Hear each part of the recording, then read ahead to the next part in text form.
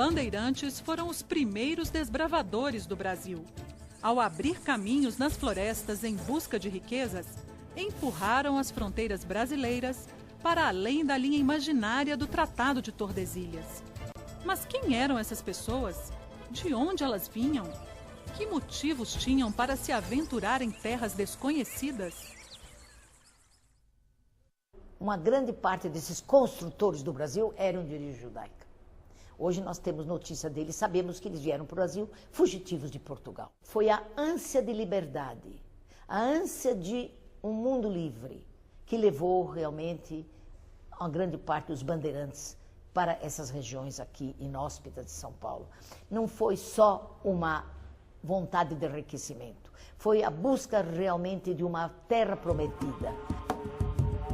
Antônio Raposo Tavares foi um desses homens. Nascido numa família de origem judaica, aos 20 anos ele deixou sua terra natal para tentar a vida no Brasil, longe dos tormentos da Inquisição.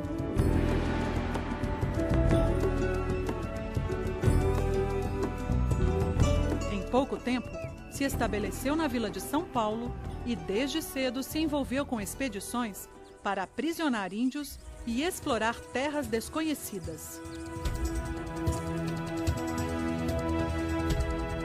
As bandeiras eram expedições que desbravavam as matas brasileiras em busca da fortuna em ouro, prata ou índios para escravizar.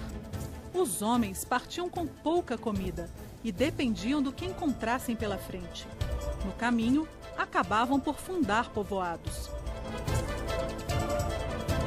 As bandeiras eram formadas por homens brancos, mamelucos e também índios que serviam de guias na floresta.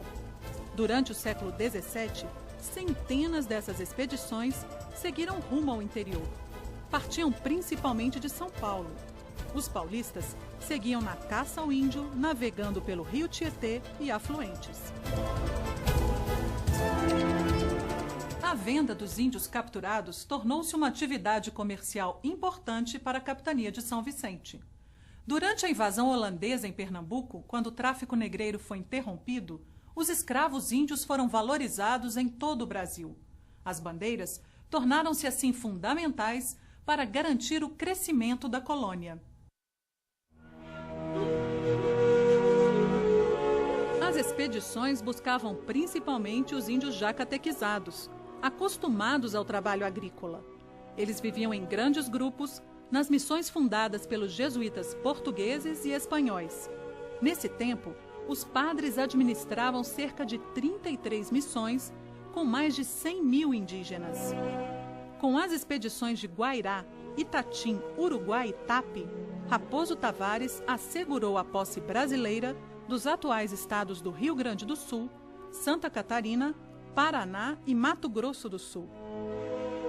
Os jesuítas, nós sabemos hoje, não temos ilusões, usavam os índios como força de trabalho, como mão de obra de trabalho. E muitos documentos mostram que índios queriam vir embora com os bandeirantes.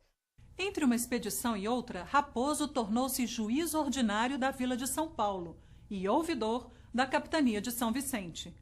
Logo na primeira disputa entre os jesuítas e as autoridades civis, Raposo renegou a autoridade católica, expulsou os padres e lhes tomou todos os indígenas. Em razão disso, foi demitido e excomungado. Mas em pouco tempo, recuperou seu prestígio, já que suas expedições seguiam as ordens da coroa portuguesa. Por sua experiência, também foi chamado para combater os invasores holandeses instalados no Nordeste. Raposo já era um experiente predador de índios quando se envolveu na maior aventura de sua vida, a Bandeira dos Limites. Consta que esteve até em Portugal, traçando os planos da viagem junto com altas autoridades do reino. O objetivo era aumentar a área do interior sob domínio português, descobrindo novos territórios e reservas de metais preciosos. Considerada a primeira viagem em torno do território brasileiro, partiu de São Paulo em 1648. Era formada por brancos, mamelucos e mais de 1000 índios.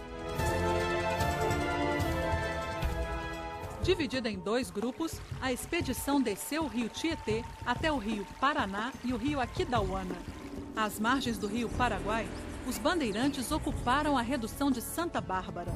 Depois de unificada, a bandeira avançou em direção à Cordilheira dos Andes. Seguiu o rumo das notícias de ouro e prata encontrados na América Espanhola. Mas em vez de riquezas, o grupo se deparou com tempestades, ataques de índios e doenças. Em meados de 1651, a bandeira empreendeu sua etapa final. Seguiu pelo Rio Grande até o Rio Madeira e atingiu o Rio Amazonas. Chegou ao Pará com a tropa reduzida a menos de 100 pessoas. Regressou até a capitania de São Vicente pelo litoral atlântico. Enfraquecido pela viagem, Raposo morreu em São Paulo, poucos anos depois. Do Atlântico à Bolívia, da Bolívia ao Amazonas, passando do Trópico de Capricórnio ao Equador. Raposo Tavares realizou a primeira viagem continental da América do Sul. Foi uma das maiores expedições exploradoras de que já se teve notícia. 10.000 quilômetros percorridos em 3 anos de viagem. Pela liderança e coragem com que desbravou o país, Raposo Tavares é um dos construtores do Brasil.